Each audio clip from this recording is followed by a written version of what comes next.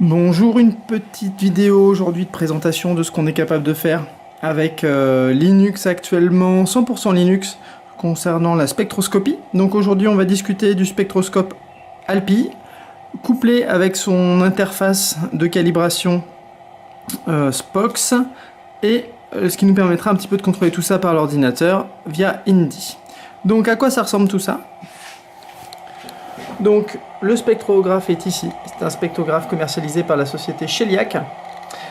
Ici vous avez le module d'autoguidage, le module de calibration, la CCD bien sûr derrière pour prendre le spectre, et une autre CCD d'autoguidage.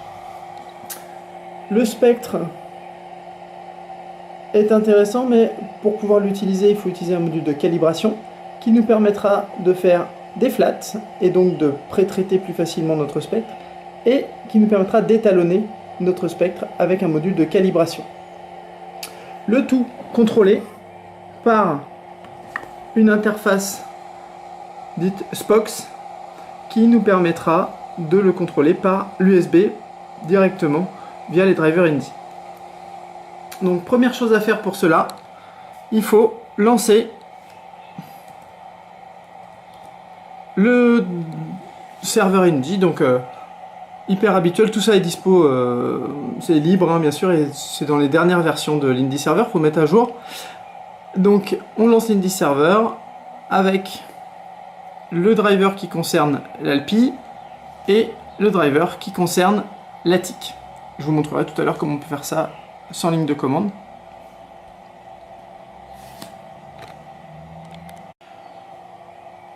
Une fois l'Indy Server lancé, il faut le contrôler. Donc là, on utilise donc ça avec un client Indy. Il y a énormément de logiciels qui sont clients Indy. On peut citer Carte du Ciel, Stellarium ou encore Castars, ce que j'ai l'habitude d'utiliser. Donc on va l'utiliser ici.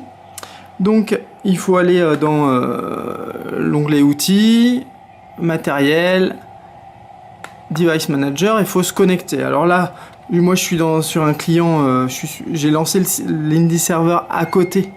Donc je vais client, j'ai créé un petit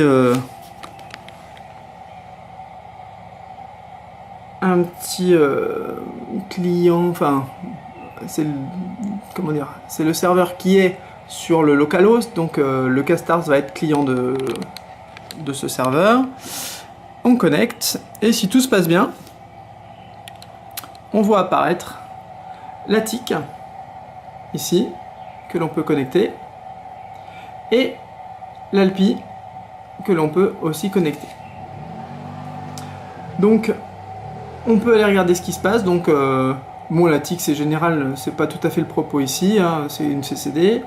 Et puis ici on a différentes infos qu'on peut utiliser, différentes options, notamment le port. Si vous avez plusieurs interfaces série, c'est ici qu'il faudra les mettre, les définir. Quelques configurations du spectrographe qui ne sont pas utiles, c'est juste de l'information. Et ce qui nous intéresse le plus ici, l'unité de calibration. Donc où on voit apparaître la possibilité de faire un noir, un dark, la possibilité de mettre en route la lampe argon néon, et la possibilité de mettre en route la lampe tungstène, c'est-à-dire la lampe à filament. Je vous propose de voir ce qui se passe quand on appuie dessus. Donc on va d'abord faire tungstène. Et voilà ce qui s'est passé au moment où on a fait ça. Et là on voit que c'est la lumière de flat qui est allumée. Et on voit qu'ici aussi la lumière de flat est allumée. Si on prend une photo avec l'ATIC, donc hop, une seconde suffira bien pour celui-là, on voit apparaître donc un spectre. Alors une seconde c'est sans doute pas assez pour la lampe à tungstène, il faudrait poser un petit peu plus, mais on voit l'image de la fente, etc. pour faire un flat, le vintage qui intervient aussi. Donc on pourra régler le spectre et avoir quelque chose de scientifique à partir de cet endroit là. Ensuite on revient dans l'Alpi et on lui demande par exemple de faire de la calibration. Donc voilà, ARNE, argon. On va voir ce qui s'est passé un petit peu. Alors, nickel. Donc on voit que cette fois-ci, c'est la lampe de calibration qui s'est mise en route. Et, est-ce qu'on le voit en dessous? Voilà, hop, la lampe de calibration s'est mise en route de ce côté-là aussi. Ça nous arrange, c'est ce qu'on voulait. On peut prendre une image, alors cette fois-ci, on va poser un petit peu plus longtemps pour être sûr d'avoir un spectre de calibration correct. 5 secondes, et on va voir ce que va nous sortir la TIC. Voilà, nickel, un beau spectre de calibration, comme l'ALPI est réglé fraîchement, donc ça fait un joli spectre aussi. Et puis, maintenant on va faire le dark. Donc, dark. Normalement, pourquoi je dois appuyer plusieurs fois de suite? Allez, voilà, il faut un petit peu de temps de réponse. Et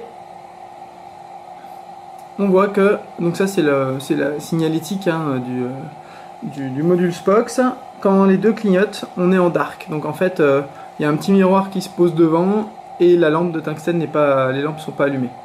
Donc voilà, donc on peut refaire un petit, on peut vérifier que c'était un joli dark avec la TIC.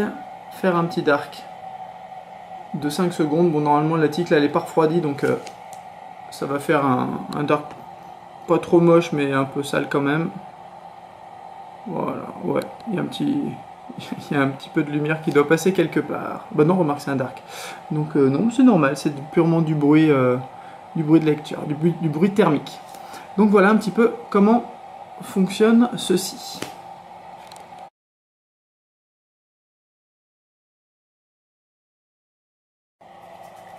Donc je vous ai montré tout à l'heure comment on faisait en ligne de commande le serveur. Alors si tout est à jour chez vous, vous pouvez le faire directement depuis Castars, qui a cette possibilité-là. Je sais pas si c'est ce qu'il y a de mieux, hein, sur un Raspberry Pi, on fait avec le web manager d'Indy, on lance tout directement, c'est plus simple à mon avis que passer par un client comme Castars, mais bon. Castars il vient d'office avec un serveur Indy à l'intérieur. Donc nous on a quoi? On a une CCD, dans notre CCD on a, vous avez à lire oui normalement, une ATIC, et si on regarde dans les spectrographes, on va aussi dire voilà, qu'on a aussi un ALPI. On met en route le service et on voit apparaître exactement la même chose que tout à l'heure, le Chiliac, etc. Donc, on se connecte. Est-ce qu'il va nous dire où il en est? C'est pas dit qu'il y a un retour sur la calibration. Non. Donc on va appuyer un coup et puis appuyer un coup. Voilà, ça va l'enlever. D'ailleurs, ça me fait penser que je vais rajouter un bouton pour enlever tout ça. Je pense que ça va être pas mal. Et voilà, merci à vous.